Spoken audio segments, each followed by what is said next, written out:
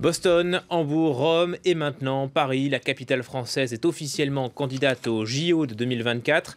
La décision finale sera prise à l'été 2017. D'ici là, la France devra constituer un solide dossier. Florent Rodeau. C'est une fois tous les 4 ans, il faut être prêt. Pour décrocher les Jeux Olympiques 2024, Paris a fait les choses en grand. Un parterre de 150 sportifs réputés, une classe politique mobilisée et une ville aux couleurs de l'olympisme. Est-ce que vous y croyez ?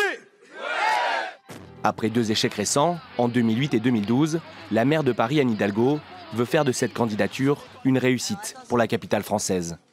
Paris est là, Paris sera au rendez-vous, on va construire une belle victoire pour les Jeux, pour l'olympisme, pour Paris et pour notre pays. Merci à vous. Pour séduire le comité international olympique, le dossier parisien ne manque pas d'atouts.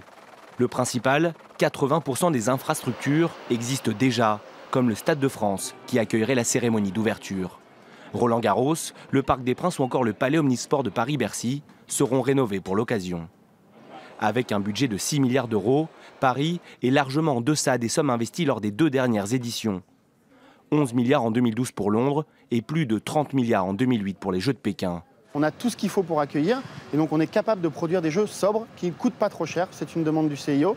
Et puis il y a un enthousiasme, il y a une passion des Français et des Parisiens pour le sport qui seront aujourd'hui un élément de ferveur capable de convaincre le CIO.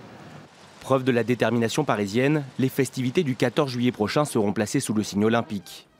Mais Paris n'est pas la seule à rêver des Jeux olympiques. Boston, Hambourg et Rome se sont déjà lancés dans la course et Budapest devrait suivre mercredi. La capitale française n'a plus accueilli les Jeux olympiques d'été depuis l'édition de 1924, il y a 91 ans déjà.